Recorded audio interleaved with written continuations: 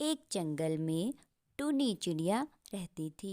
वह बहुत ज़्यादा गरीब थी। एक दिन टूनी दाना लेने के लिए जाती है तो रास्ते में उसे एक उल्लू मिलता है। कैसे हो उल्लू दादा? मैं ठीक हूँ टूनी। तुम बताओ, तुम कैसी हो? क्या ही बताऊं उल्लू दादा, बहुत बुरे हालात हैं। खाने को घर में एक भी दाना नहीं है। तो बेटा, तुम कुछ काम क्यों नहीं करती? मैं तो छोटी सी चिड़िया हूँ, मैं क्या काम कर सकती हूँ उल्लू दादा? अरे, ये क्या कह रही हो टूनी? छोटी हो तो क्या हुआ? तुम बहुत हिम्मत वाली हो और तुम कोई भी काम कर सकती हो। अच्छा, फिर आप ही बताओ उल्लू दादा, मैं क्या काम करूँ? टूनी, तुम मिट्टी के खिलौने और बर्तन बनाओ। वैसे भी गर्मियाँ आ रही हैं। तुम्हारे बर्तन और खिलौने बहुत बिकेंगे। हाँ, आइडिया तो अच्छा है उल्लू दादा, मैं कल से ही ये काम शुरू करती हूँ। फिर टूनी अगले दिन मिट्टी के बर्तन और खिलौने बनाती है और उन्हें बेचना शुरू कर देती है। टूनी, एक मिट्टी का बर्तन दे दो। ये लो कबूतर भैया, कितने पैसे हो गए? 200 रुपये हो गए हैं। ये लो टूनी। ऐसा कह के टूनी के सारे बर्तन बिक जाते हैं और उसे बहुत सारा फायदा होता है। और टूनी अपना एक नया घर बना लेती है। ये बात गोरी कव्वी को पता चलती है। कालू जी, वो छोटी चिड़िया ने बर्तन की दुकान की है और बहुत पैसे छाप रही है। पर बर्तन बनाना बहुत मेहनत का काम है गौरी। वो टूनी ही है जो ये काम कर सकती है। तो क्या हुआ कालू जी, हम मेहनत से काम नहीं कर सकते तो हम उसके बर्तन चुरा कर दूसरे जंगल में बेच देंगे। वाह गौरी, तुम तो बहुत ही स्मार्ट हो। ये आइडिया सही रहेगा। फिर रात को गोरी और कालू टूनी के बर्तन चुरा लाते हैं और दूसरे जंगल में जाकर बेचते हैं। बर्तन ले लो, मिट्टी के ताज़े ताज़े बर्तन ले लो, गर्मियाँ आ रही हैं, पानी ठंडा रहेगा, बर्तन ले लो, बर्तन ले लो। अरे, मेरे बर्तन कहाँ चल गए? लगता है किसी ने चोरी किया है। मेरा बर्तन कौन चुरा रहा है, कैसे पता करूं? फिर टूनी उल्लू दादा के पास जाती है। क्या हुआ टूनी? परेशान क्यों हो? उल्लू दादा, मैं रोज बर्तन बनाती हूँ और कोई मेरे बर्तन चोरी कर लेता है। समझ नहीं आ रहा मैं चोर को कैसे पकड़ूं। फिर उल्लू टूनी को एक आइडिया बताता है। ठीक है उल्लू दादा, कल मैं ऐसा ही करूँगी। फिर टोनी कुछ कीचड़ लाकर दुकान के आगे रख देती है और उसके ऊपर नॉर्मल मिट्टी डाल देती है और फिर टोनी अपने घर चली जाती है। रोज की तरह कालू और गौरी टोनी के बर्तन चुराने आते हैं। जैसे ही वो दोनों बैठते हैं कीचड़ में फंस जाते हैं और बहुत कोशिश करते हैं पर निकल नहीं पाते। थोड़ी देर बाद टूनी और उल्लू दादा आकर उन्हें पकड़ लेते हैं। तुम दोनों को शर्म नहीं आती चोरी करते हुए? हमें माफ कर दो टूनी। अब हम ऐसा नहीं करेंगे। तुम हर बार ऐसा ही कहते हो, लेकिन तुम कभी सुधर नहीं सकते। नहीं उल्लू दादा, हम पक्का अब ऐसा कुछ नहीं करेंगे। हमें माफ कर दो। नहीं, तुम्हें इस बार माफ़ी नहीं बल्कि सज़ा मिलेगी। ए छोटी चिड़िया, हम यहाँ माफ़ी मांग रहे हैं और तू इतने भाव खा रही है। क्या कर लेगी तू? हमें यहाँ से बाहर निकलने दे, फिर मैं बताती हूँ तुझे। आई बड़ी। अरे गोरी, तुम पागल हो रही हो क्या? चुप रहो, मैं बात कर रहा हूँ ना। टोनी, तुम पुलिस को कॉल करो। ये गोरी कुछ ज़्यादा ही बन रही है। इस बार पुलिस के डंडे पड़ेंगे तो ये सुधरेगी।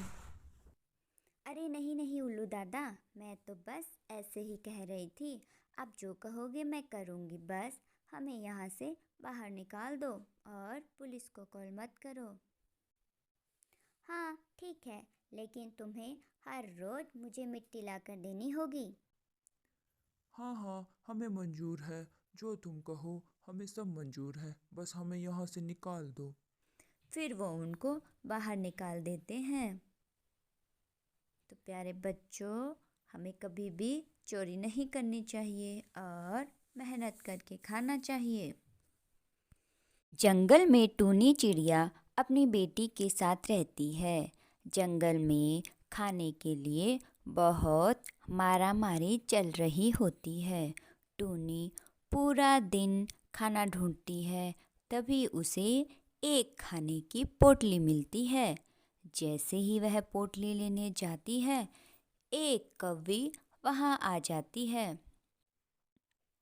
खबरदार, अगर तूने इस खाने के हाथ लगाया तो छोटी चिड़िया।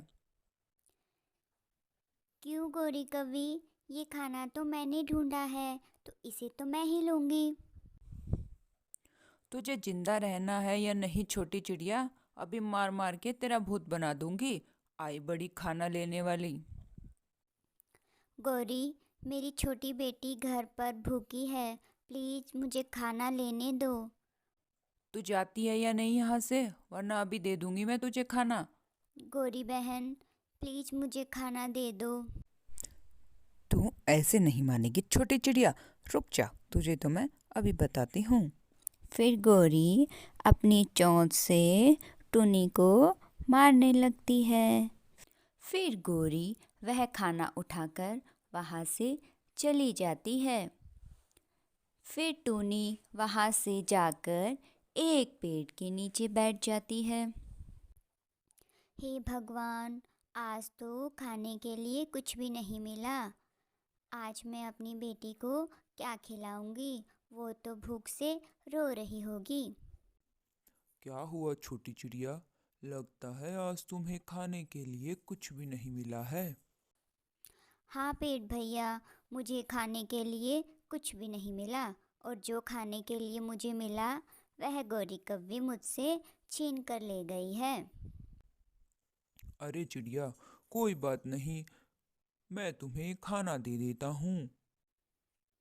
पेट भैया, आप मुझे खाना दे सकते हो? हाँ चिड़िया, क्यों नहीं। फिर पेड़ टूनी को बहुत सारा खाना दे देता है। पेट भैया, आपका बहुत शुक्रिया। फिर टूनी वहाँ से खाना लेकर चली जाती है और घर जाकर अपनी बेटी को खाना खिलाती है। एक जंगल में टूनी चिड़िया रहती थी। वह जंगल बहुत ही सुंदर था। उसी जंगल में बहुत से जानवर और पशु पक्षी खुशी खुशी रहते थे। एक दिन जंगल में बहुत ज़ोर से आग लग जाती है और सारे जानवर इधर से उधर भागने लगते हैं।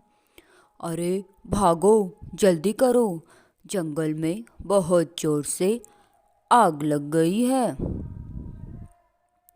ये क्या कह रहे हो? मैं तो अभी इधर से आया हूँ, इधर तो कोई भी आग नहीं है। तभी उनको पीछे से आग की लपटें दिखाई देती है और वो बहुत ज़ोर से भागने लगते हैं। लेकिन टूनी चिड़िया भागती नहीं है। वह एक नदी पर जाती है और अपनी चोंच में पानी भर कर लाती है और आग में डालने लगती है। ऐसा देखकर कौवा उस पर हंसने लगता है और कहता है, टूनी, तुम ये क्या कर रही हो? इतना बड़ा जंगल है, इतनी जोरों की आग लगी हुई है, तुम अकेली इतने से पानी से ये आग कैसे बुझाओगी? तभी गौरी कवि कहती है, ए चिड़िया, तू इस पानी से क्या कर लेगी? चल भाग लेते हैं यहाँ से, ये जंगल तो वैसे भी जलने वाला है, तू भी जल जाएगी। नहीं, ये जंगल मेरा घर है। मैं इसे छोड़कर कहीं भी नहीं जाऊंगी। मैं जब तक जिंदा हूँ आग बुझाती रहूंगी। तुम लोगों को जो बोलना है बोलते रहो। तभी सभी पशु पक्षियों और जानवरों को एहसास होता है कि वो कितना गलत कर रहे हैं। अरे कालू जी, टूनी सही कह रही है, क्यों ना हम सब मिलकर पानी डालें। अगर हम सब मिलकर पानी डालेंगे तो आग बुझ जाएगी। ठीक है गौरी। फिर जंगल के सारे जानवर नदी से पानी लाते हैं और आग में डालना शुरू कर देते हैं। धीरे धीरे आग बुझ जाती है और थोड़े दिन बाद जंगल पुनः हरा भरा हो जाता है और सब खुशी खुशी रहने लगते हैं। तो प्यारे बच्चों, मुसीबत के समय में कभी भी हिम्मत नहीं हारनी चाहिए।